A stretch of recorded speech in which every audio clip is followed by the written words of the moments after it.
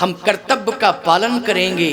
सैनिक हमारे भारत का संस्कारी है, वो कहता है शस्त्र है, हम पालन करेंगे, शस्त्र की मर्यादा का भी ध्यान रखेंगे, हम संधान भी करेंगे, कर्तव्य भी करेंगे। लेकिन मैं ये गारंटी नहीं देता हूं कि मैं बचूंगा, लेकिन मैं भगवान पर भरोसा करता हूं कि मेरी रक्षा यदि परमात्मा करेगा तो मुझे कोई मार नहीं सकता है, ये मुझे विश्वास है। मेरी रक्षा परमात्मा करेगा, मुझे कोई मार नहीं सकता, ये मुझे विश्वास है। बोलो है विश्वास? इसलिए विश्वास से ही संसार टिका है। बोलो किससे टिका है संसार? जल्दी बोलो। विश्वास से टिका है। बोलो टिका है कि नहीं टिका है? सावधान, आज विश्वासी तो है। नाई छुरा लेके आता है, क्यों? नाई छुरा लेके आता है और ऐसे करता है तुम्हारे सामने और तुम कहते हो। अच्छा ईमानदारी से बताओ विश्वास है कि नहीं? बोलो बोलो, क्या है? विश्वास है कि नहीं?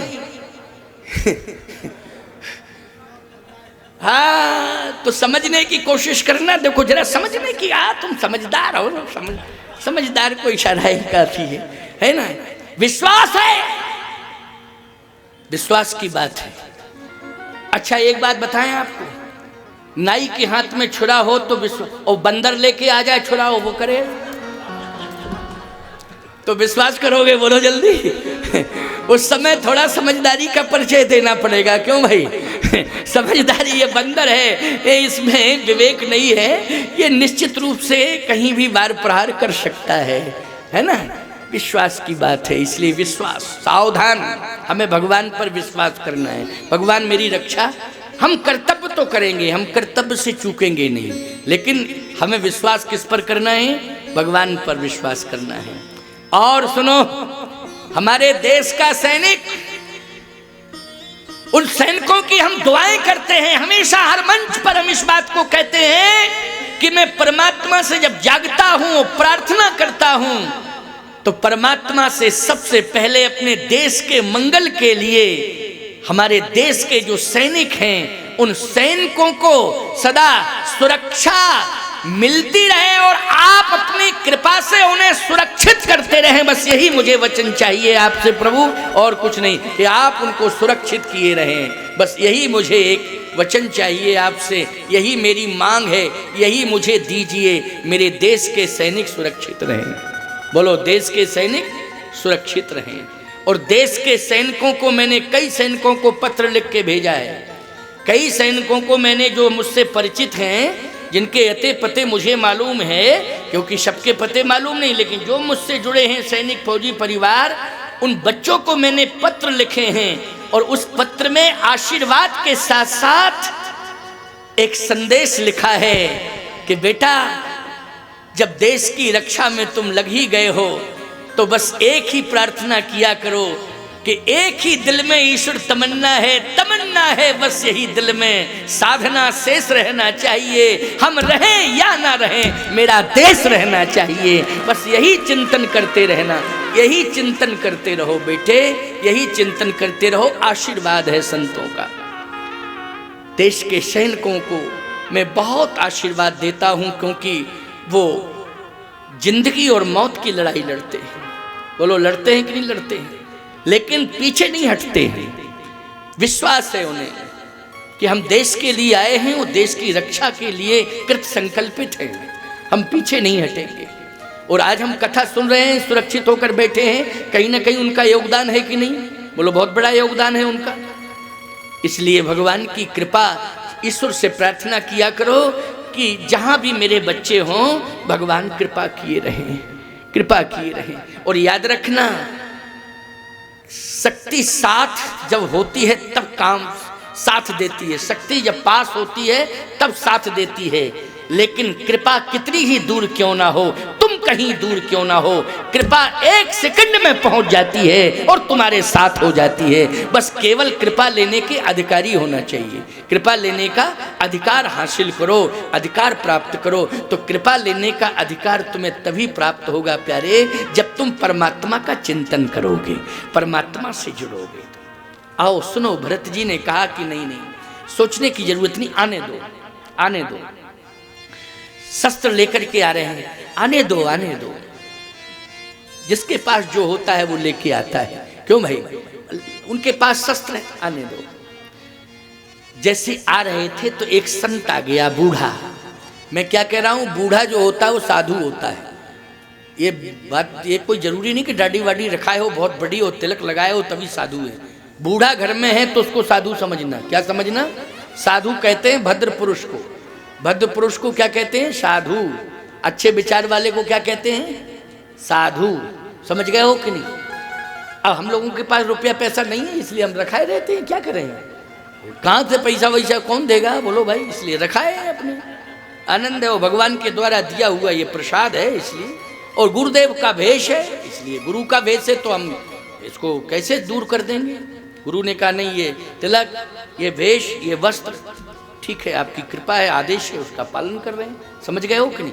लेकिन ये जरूरी नहीं है कि तुम सब दाढ़ी रखा लो, क्या जैसे आप हो तैसे हमें। ना ना ना, अच्छे विचार रखो, घर में रहो, अच्छे विचारों, तुम साधु हो। समझ गए हो कि नहीं? घर में कोई बूढ़ा है तो उसको क्या मान लेना चाहिए? हमारे घर का साधु है, हमारे घर का देवता है, ये हमारे घर का ये भगवान है। ये भाव रखो। जितने बुढ़े हैं सब गर्दन हिला रहे, वाह बहुत अच्छी बात कही महाराज, हम तो परेशान हैं घर में, हमको मानते कहाँ हैं घर के लोग। मानो मानो, आशीर्वाद लो उनका। प्यारे, एक बूढ़ा आ गया, बूढ़ा आ गया।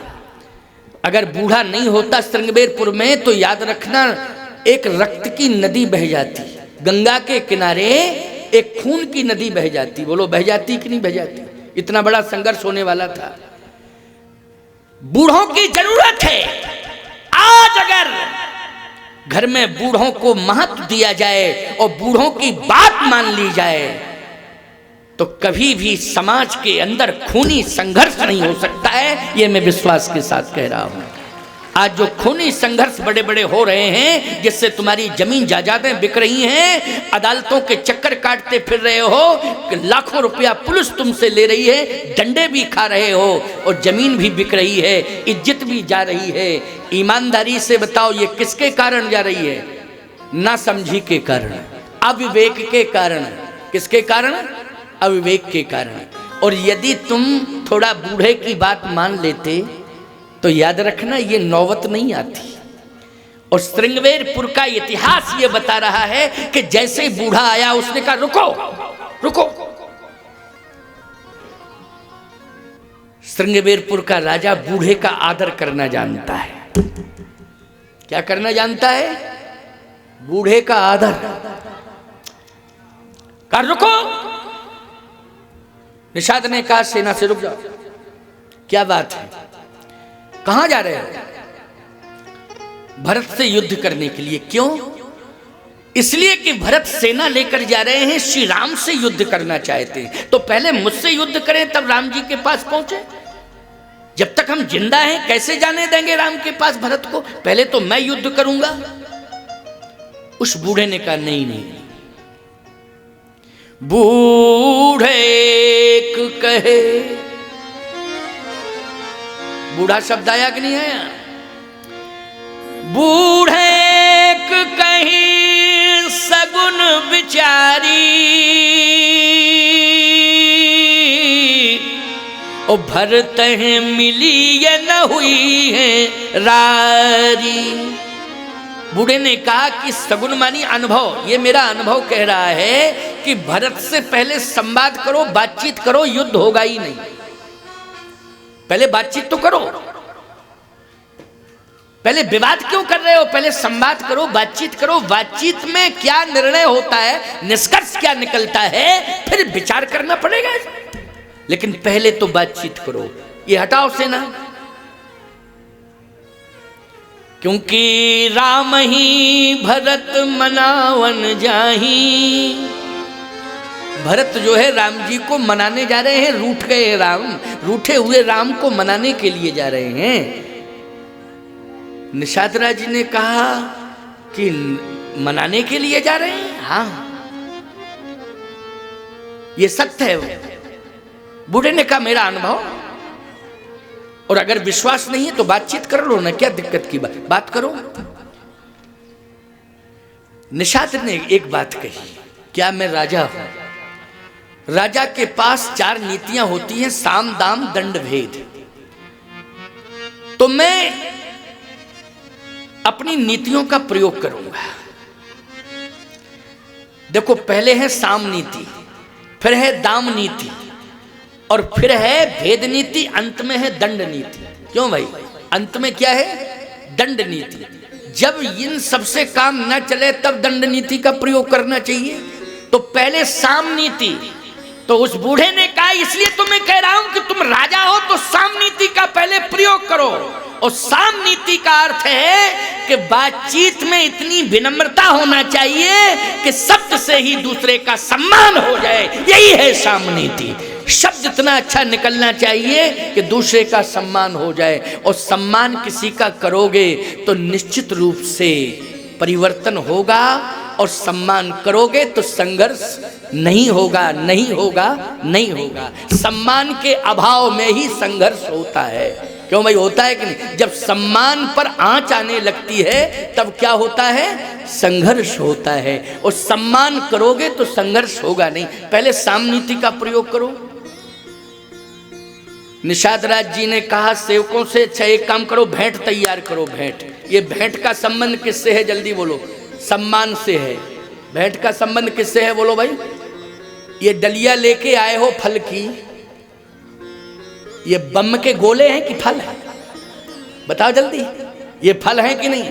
तो फल है तो किसके लिए ले आए हो ये फल? सम्मान। भेंट मानी सम्मान, सम्मान। अब देखो, इस सम्मान को देख करके तुम सबका भी हृदय बदल गया होगा।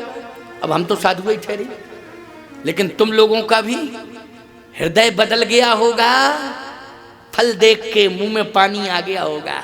एक एक फल मिल जाए हम लोगों को, महाराज जी दे दे। हम तो बांटते ही रहते हैं, हमारे पास फल रहते हैं ना, बांटते ही रहते हैं। निश्चित रूप से हमारी आदत है, होना चाहिए। अब है ही नहीं तो हम क्या दे दें? प्राण दे दें क्या? जब है, क्यों भाई? जब है ही नहीं, होगा तो हम तो बांटते हैं। वहाँ भी बटते ही रहते हैं। मेरे यहाँ जो मैं उधर ठहरा हूँ ना, बढ़िया व्यवस्था की है हमारे तिवारी जी ने। गौशाला में जो डेयरी की शाला बनी है उसमें बहुत अच्छी व्यवस्था कर दी है। मुझे कहीं जाना नहीं पड़ा। मुझे तो यही लग रहा था कि मैं कहाँ जाऊँगा, कहाँ ठहरूँगा। ये हमारा चेला कह रहा था इटावा। हमने कहा इटावा कितनी दूर है? बोले महाराज 20 किलोमीटर पड़ता है।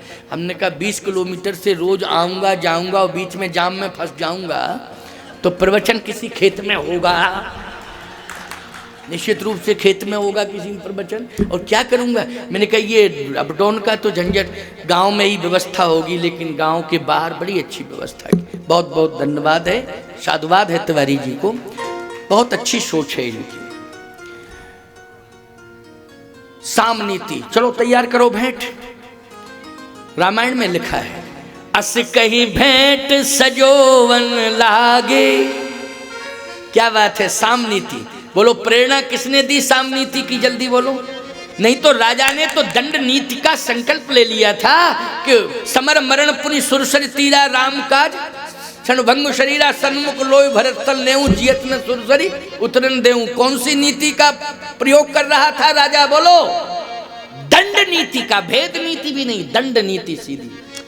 लेकिन उस बूढ़े ने क्या कहा? नहीं, राजा हो तो 4 नीतियां हैं। पहली नीति कौन है? जल्दी बोलो।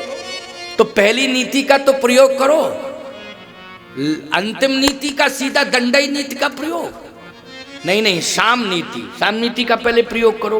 वाह, बोलो। रामायण से शिक्षा मिल रही है? बोलो, सीखने समझने को मिल रहा है कि नहीं मिल रहा है? साम नीति का पहले प्रयोग करो। विवादों से बचना है तो पहले साम नीति, दाम नीति, तब तीसरी भेद नीति, चौथी है दंड नीति। इसलिए हो अस कही भेंट सजोवन लागे ओ कंद मूल फल, कंद मूल फल ले चलो, कंद मूल फल। बड़ी बड़ी डलियों में, टोकनियों में कंद मूल फल। राजा का आदेश। बड़ी बड़ी डलियां तैयार हो गई, सेवकों ने सिर पर रख लिया। चलो